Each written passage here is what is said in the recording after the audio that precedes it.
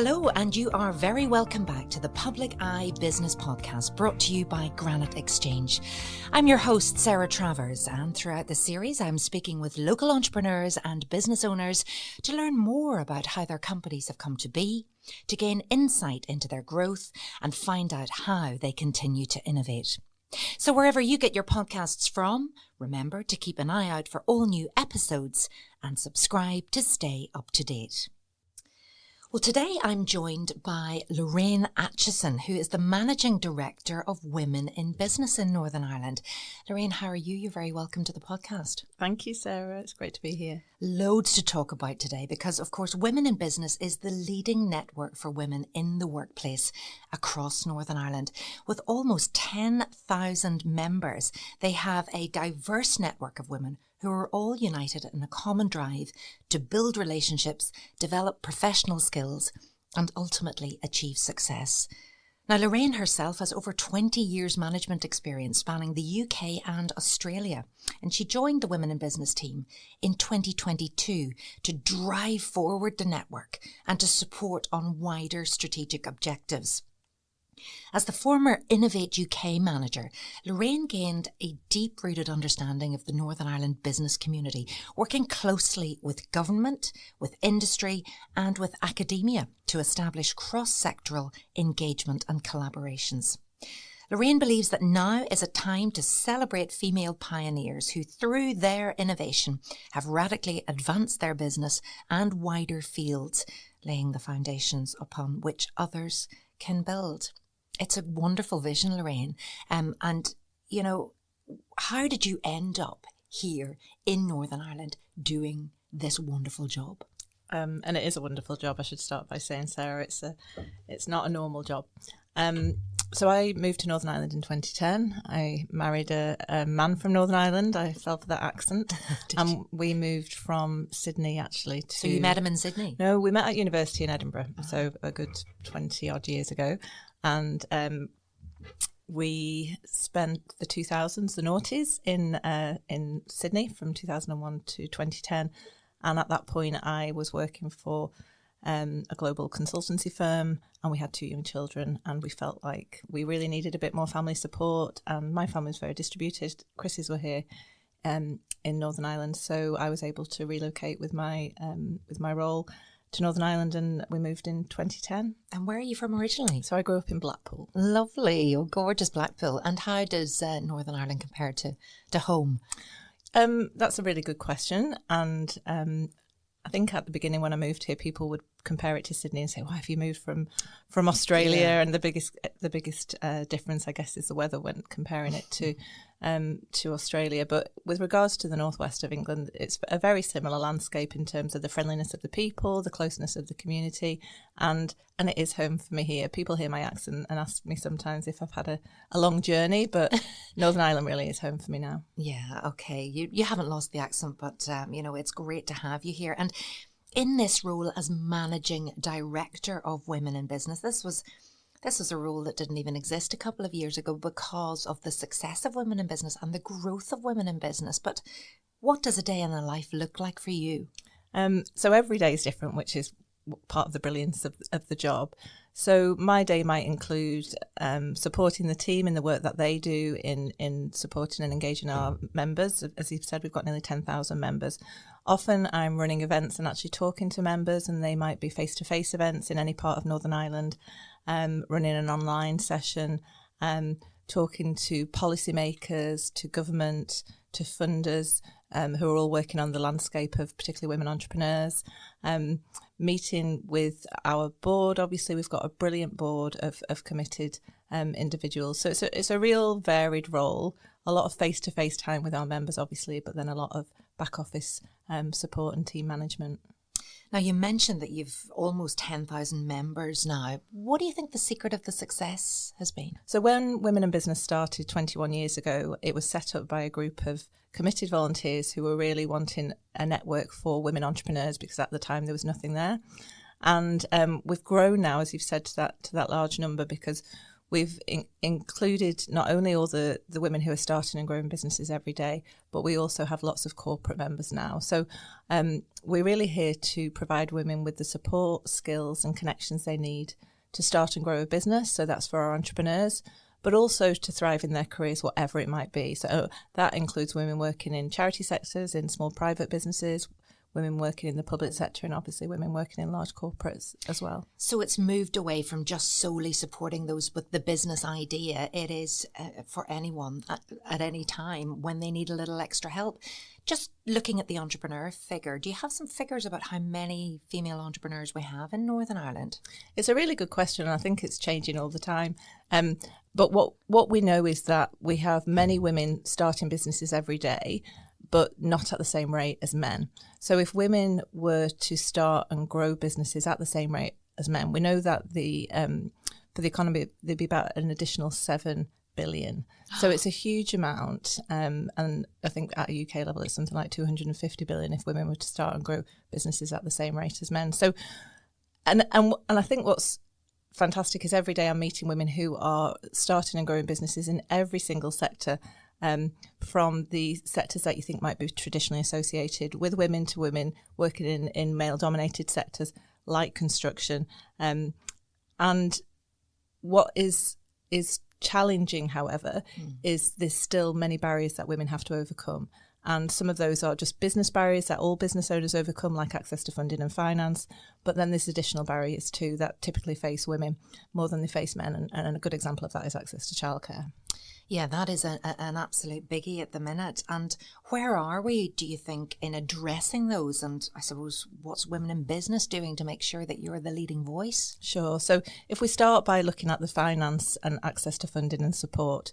So we are working diligently in that area, and particularly doing that in partnership, because we know that's something that we can't address on our own. The problem is too big. So one of the things we've done in the last couple of years is partner with Techstart, who are a local venture capital firm, to run a female founders competition. So through that, we've funded 12 women over the last 2 years, with grants of 35,000 each. And we've got another competition starting later this year. So that's access to real money to help those women grow those businesses. And at the same time, more recently, we've been working with Invest and I on their Ambition to Grow programme, which they have extended to a targeted programme, so Ambition to Grow, supporting women. What we know is that when you target interventions at women, more women apply. Unfortunately, historically, less women would have applied for funding, access to public sector competitions and grants, etc. So we know that when you target a programme and an opportunity for more women apply and then have success as a result. Do you still get asked all the time, why do you need an organisation just for women? Yes, no, I do get asked that question all the time. And I think in today's society, it's a good question to still be asking.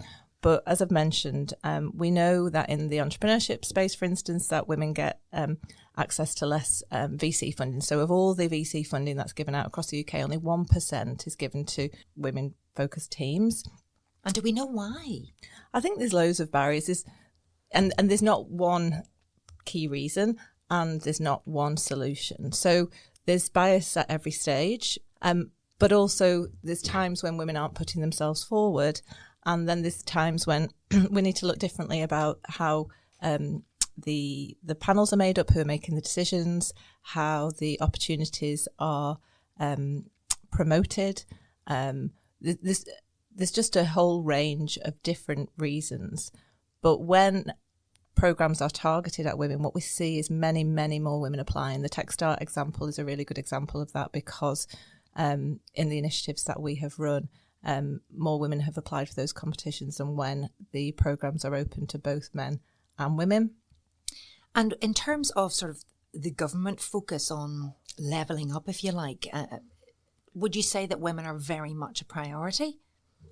That's a good question. So within the Levelling Up agenda, there aren't initiatives that I've seen that are specifically targeted at women. However, there is often a criteria around underrepresented groups. So if we are looking at entrepreneurship, women are an underrepresented group. So women are often included underneath that heading, but it's not specifically said. So we're working at the moment on with Enterprise Northern Ireland on the Go Succeed initiative, which is supporting people starting and growing businesses. And we're working as a partner on groups that are predominantly female. So we're working with women who are starting or thinking about starting a business, and that's a UK government funded programme. So I think that's a good example where there is a gender lens. Now, we've talked about the barriers being investment and very much access to childcare. And that sort of leads us to the whole discussion around childcare and why that has always been almost seen as a women's issue instead of a societal one. Yeah, I feel incredibly strongly about this, and not least as a mother of 4 children, should I say. Four. I think traditionally childcare has always been seen as a women's issue, but as you say, Sarah, it is actually a societal and an economic issue, because good childcare enables all parents to go into work in the knowledge and safety that their children are being looked after, and therefore contribute to the economy, pay taxes, and do all the things that we need in a healthy economy. Unfortunately, here in Northern Ireland, we don't have a childcare strategy. There are many groups voicing frustration about this, and Women in Business worked with the FSB just a couple of years ago to write a policy and recommendations around what needs to be done. And we're still shouting for a comprehensive childcare strategy.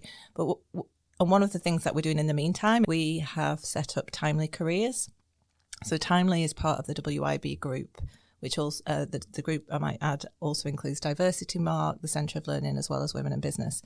And Timely Careers is aimed at helping women return to the workplace. So we know we have more economically inactive women in Northern Ireland than in any other part of the UK. Gosh, right. And we heard from our members, many women who might want to return to work, but they want to do it in a way that works for them and their family, particularly because of the cost of childcare becoming such a barrier. People are really having to think about, is working worth it financially? And for many, they would say, no, it's not. Exactly. And we're hearing that time and time again. And also, I don't want to make that sacrifice anymore. Exactly. So we understood that. We heard from the individuals saying, they want to work, but it has to work for them. And then we were also talking to our corporate members, our many members and stakeholders who are employers, who were talking about a talent shortage. And we recognise that there's many women who would like to return to work who are effectively an untapped pipeline of talent. Yeah. So what Timely Careers does is it provides women with support and skills to return to work, so CV writing, interview skills, and it's a jobs board which advertises part-time and flexible jobs. And it really takes away the mystery at the beginning, because, again, what I would hear, and I'd hear this from friends as well as from our members, somebody might want to return to work, but they don't want to do it on a full-time basis. Mm-hmm. But very, very few jobs are advertised part-time. So women will say, well, I'll apply for that full-time job. I don't really want to work full-time, but I'll do it for 6 months. And then after 6 months, I'll ask, can I reduce my hours? And so for me, that's a real, I guess, a sorry state of affairs, because it means that women are going into roles they perhaps don't want to work full-time. They're putting themselves and their families under pressure. And then people aren't being upfront. And then conflict arises. Of course. So we're trying to make it very, very clear at the beginning that these women are looking for a certain type of work, and these employers are progressive and recognise that work can be carried out in so many different ways.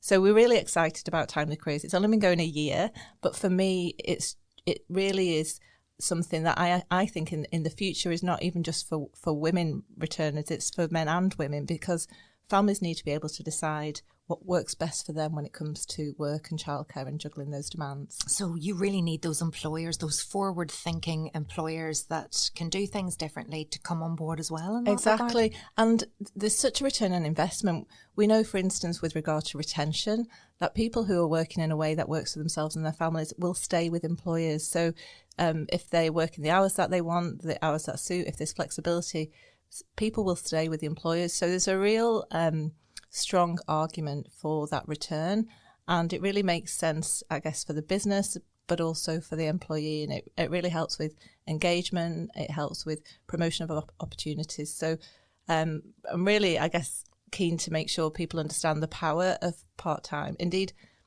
my eldest is 17 and I've always been employed less than full-time hours since I've had him. I've made that choice so I can balance my family and my home responsibilities with my work.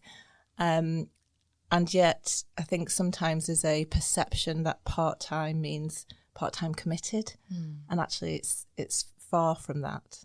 There's so much that I want to talk to you about in that. And, there's also at various stages in anyone's life, again, not gender specific, but it does have to be said that a lot of the caring responsibilities are done by women, and whether that's for your children or your parents or anybody in, that's vulnerable, and it falls to that person, usually the woman, to look after everyone. And there's certain times in your life too that you need to just step back a little, but it might not be forever. It's just have that freedom or flexibility.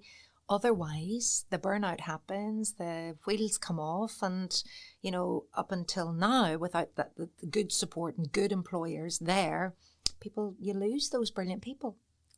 Exactly. And I think we talk about the sandwich generation of women in particular who are caring for both elderly relatives and children. I think you can't underestimate the importance of a good employer understanding someone's personal circumstances and allowing them to be real at work and be experiencing those things and be supported, because I think in terms of engagement and retention, it speaks volumes.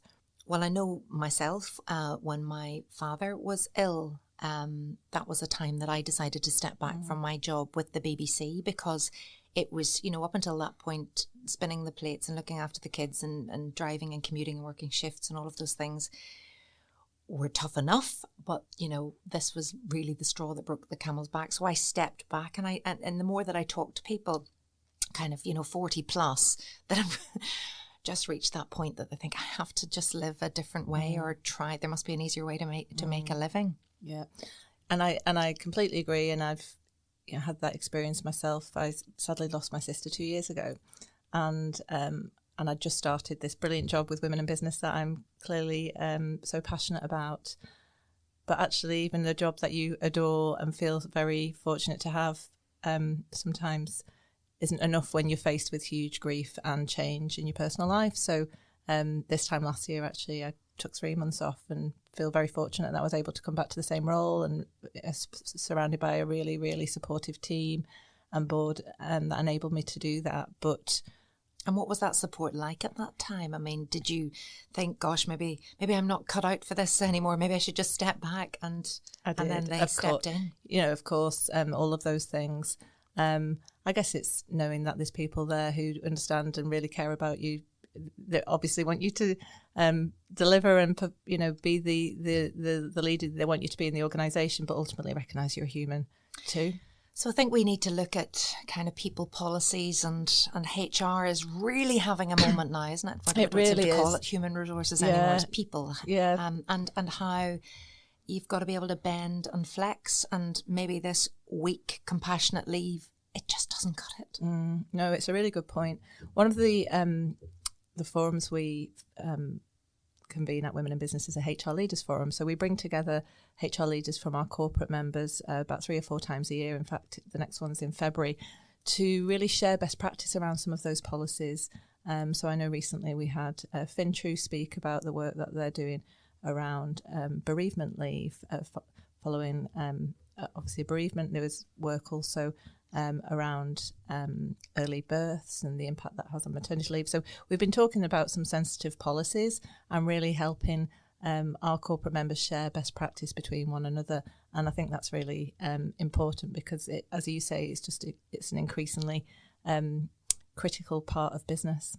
And also seems to affect, confidence levels as well. When you have a personal curveball in your life, you sometimes just, lose the ability to see what you're any good at anymore. And I think that's why networks such as Women in Business are so important, because it's very easy to feel that we're the only one going through that. Mm-hmm. And being part of a network enables you to see that actually you're not alone and there are others like you. And I think for me, that's part of my passion for the organisation, the fact that we connect people who can see that they're going through something similar, whether it's building a business and the challenges of that, or the challenges of juggling multiple responsibilities. But if I could just make a point on the resilience piece and the professional development, again, we have seen the need for that. And so within the business, we have established the Centre of Learning, and it runs many programs that are there to support women in their personal and professional growth. And one of those is a fantastic program that we run on resilience, yes. As well as we run a program on empowering women leaders, on presenting with impact. So we recognise that professional development space is particularly important for women. Women are interested in their personal growth, and so we have an offering in that. That's really important. Yeah, and I mean, I work closely with women in business, and I love that Centre of Learning. And something stands out from a course recently that I ran when I was doing the Reflect and Reboot course, and it wasn't talking about the younger women and the childcare issues. It was about somebody, older, an older woman in the workforce and changing careers 50 plus. And that's something that we have to talk about a lot now. And that untapped potential from maybe people who are not just returning to the workforce after a long period where they feel, I don't have those skills, everything's moved on so much, I would be totally out of it. Or they've decided to change careers, or they've been made redundant, exactly. or all of those things. Yeah. No, we see that all the time. And I guess firstly, we know we're all going to be working till we're about 108 before we can retire. I know. So there's, I think there's That's that. scary So too. the financial situation is different. So people are working for longer. But I'm seeing many, many women pivot in their 50s and set up businesses in their 50s and change careers quite dramatically and retrain. And it's brilliant to see, to be honest. It's really inspiring to know that your career doesn't stop at 30 or 40. And so we have many women in our membership who are at that point in life, and they're reflecting, and then they're changing, or they've made a change, or they're looking to change. And again, that's the power of the network, the opportunity to share and see how others have done it in a successful way.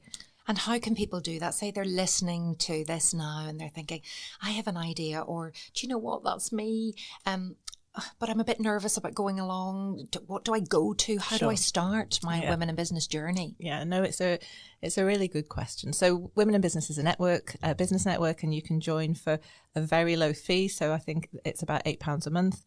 And what I say is it's a bit like a gym membership. You have to go.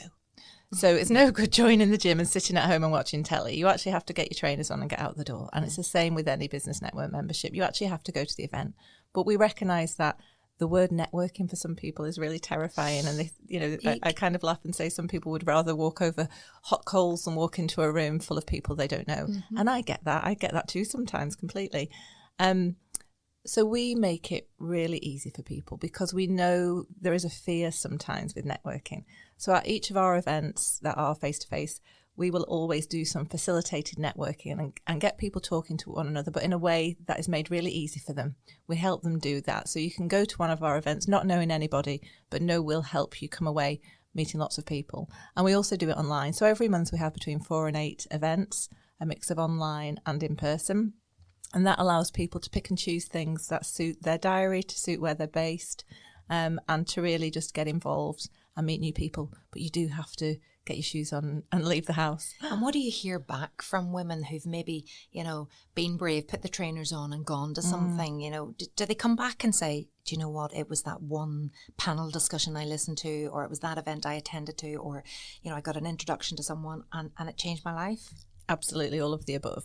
So just before Christmas, I was speaking to one of our members who's an entrepreneur. She runs a marketing agency, and she had attended one of our events earlier in the year and got £1,000 worth of business just from being at that event from someone she met within the next month. So that's a really lovely tangible example of somebody getting some business from it.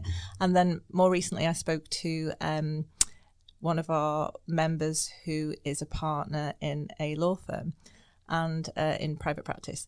And she had said to me, through coming to a Women in Business event many years ago, she met somebody who now refers all her high net worth clients to her. So that's the pipeline that she gets, and it's from those networks.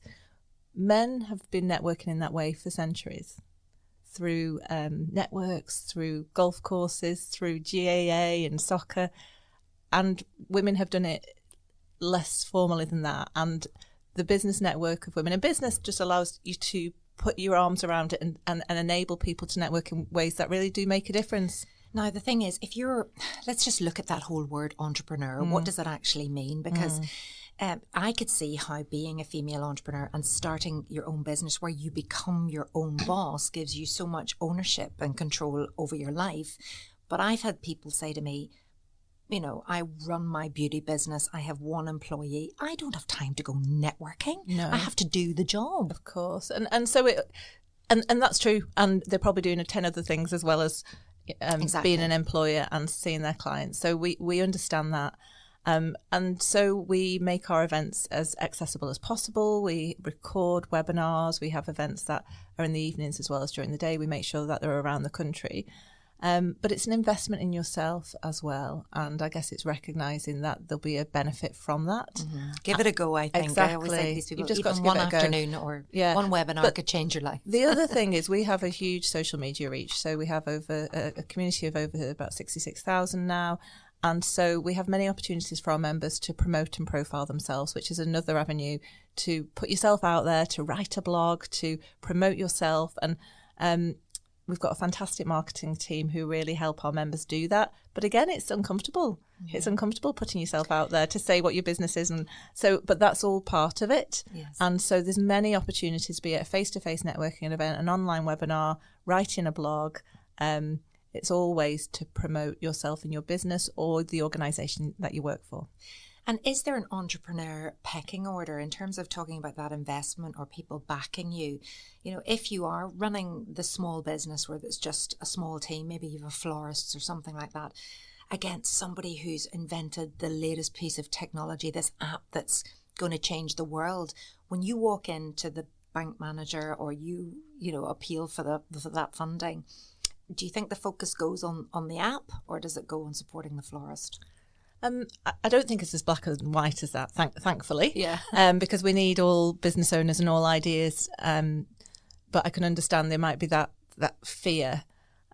So I think it's the support out there for everyone. Indeed, I actually think Northern Ireland is one of the best places to grow and start a business. And there is so much support out there from organisations like ourselves to the enterprise agencies. I mentioned Enterprise Northern Ireland and Invest NI. So all of those organisations are there to support every business. Now, some of them will take a sector focus. Some of them might focus on businesses who are exporting. And obviously, it's looking at the business plan that you have and making sure you've thought about the return and that there is a market. But you need to do that whether you're running a beauty business, that there is a market, there's clients who want my services, or you're running a tech firm. So the basics are the same. And the support for people, whatever sector, whatever type of business they're running. You also mentioned at the start that it's not just for the entrepreneur, it's for somebody working for a big company who wants to progress. Sure. So what sort of outcomes do you get?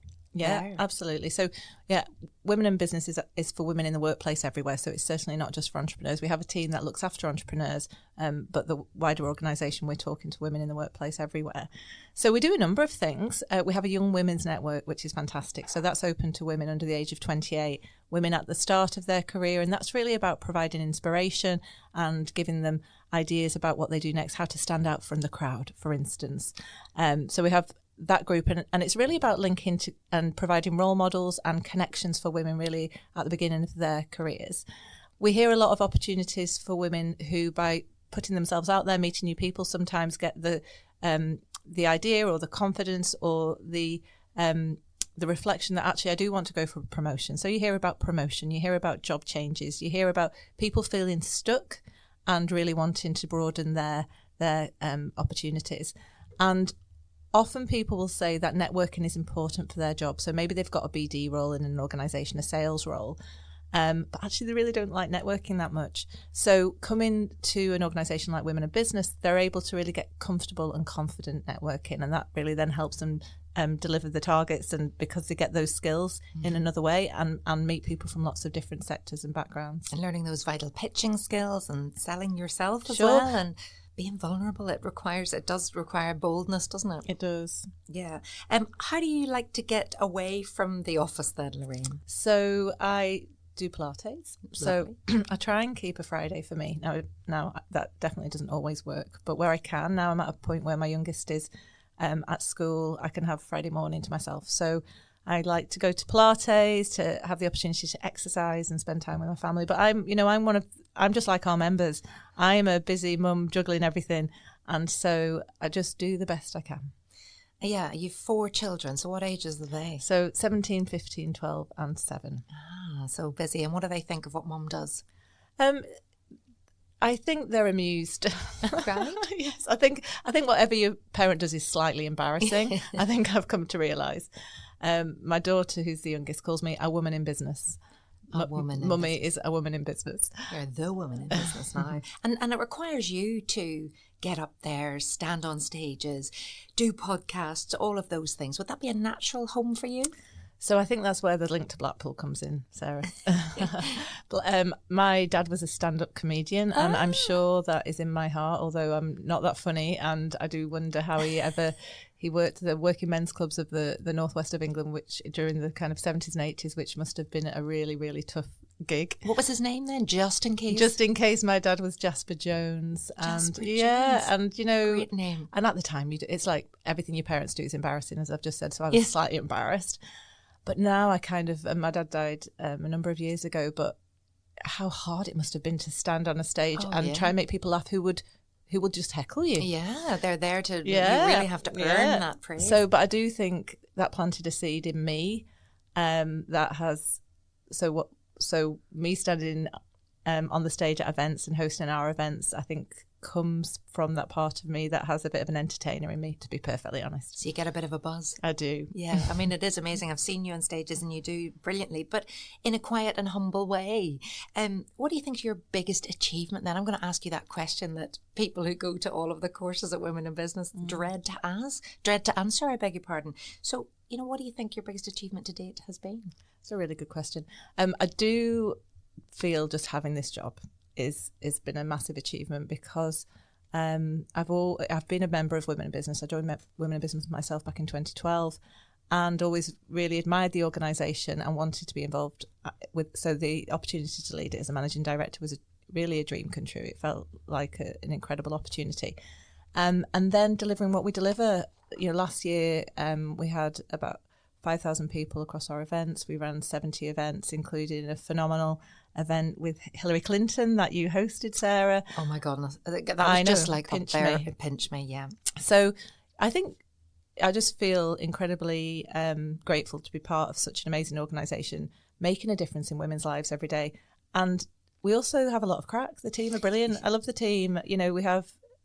We work really, really hard, but everyone's so passionate about what they do. And I think that is a privilege. We go to work, we really enjoy what we do. And I think we're very lucky to be in that position. Where do men fit in Women in Business? So allyship is critical. Allyship is really about being an active support and advocate for another group. So in the case of women, it's really about men being an ally for women who might be underrepresented in certain areas. So we've talked about in entrepreneurship, for instance, and access to finance. And it's about standing up for and calling out actively and recognising the challenges that group are experiencing. So we have many, many allies in our network, and on our board we have some fantastic men. We have a man in our team, and all our roles are open to both men and women. And many men attend our events and our conferences and awards. And within our Women in Tech Awards, we have a Male Advocate of the Year award deliberately. So I think there is a spotlight now on allyship in a way that there never was. And it's brilliant to see men out there actually saying, yes, no, I understand. I see what it must be like to be the minority in the room. And what can I do to help increase your voice? What can I do to make sure that this underrepresentation and disadvantage might change? And I suppose if there are any men listening to this now that have felt that this podcast was just all about women, this is something that they could be thinking of doing within their organisation, their company. Absolutely. So looking at the leadership of the team, looking at who's on your board, who's sitting around the tables where decisions are made, what does that look like in terms of gender representation, and what might we do to change that? Who has been your biggest role model, Lorraine? So I guess when I think about role models, I'm often influenced by people who have come from ordinary backgrounds. And so somebody like Michelle Obama, exactly, would spring to mind. Also Kamala Harris, who's the current US Vice President. So people who've just got really inspirational stories. I think they've come from normal backgrounds. We all want to, it's easy to think, oh, well, it's easy for them. And I think when you see someone who's come from a normal background and they've just worked hard, to me, that's just super motivating. But also I would place a lot of importance on values and kindness and how you treat other people. So I look at role models and leaders who really show that, because sometimes we don't always see that in our leaders. And I think I was really impressed by Jacinta Ardern as a leader, and how she showed kindness and vulnerability and humanness. She also stepped down, didn't she? She did. She said her tank was empty. And again, I think so many of us kind of said, I hear you. I can relate to that. I hear you. She'll be back. Of course. Yeah, she will. How can any listeners join Women in Business? So listeners just need to go to our website, so womeninbusinessni.com. They can join there. They can see all the events we have to offer and all the opportunities. And through that as well, they'll be able to get links to any other part of the WIB group. So that's Diversity Mark, Timely Careers and the Centre of Learning. The future is definitely bright for the WIB group.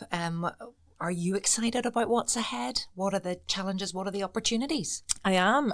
I'm completely excited. I'm getting a new team member soon, so I'm very excited about that. And that's really to bring on board more members across all sectors and really look at how we can make sure we're helping women in the workplace wherever they are. And I think in terms of the other parts of the WIB group, I've mentioned the work we're doing around timely careers and supporting women returners, increasing our programmes that relate to professional and personal development through Centre of Learning. So both those areas of the big business are really growing.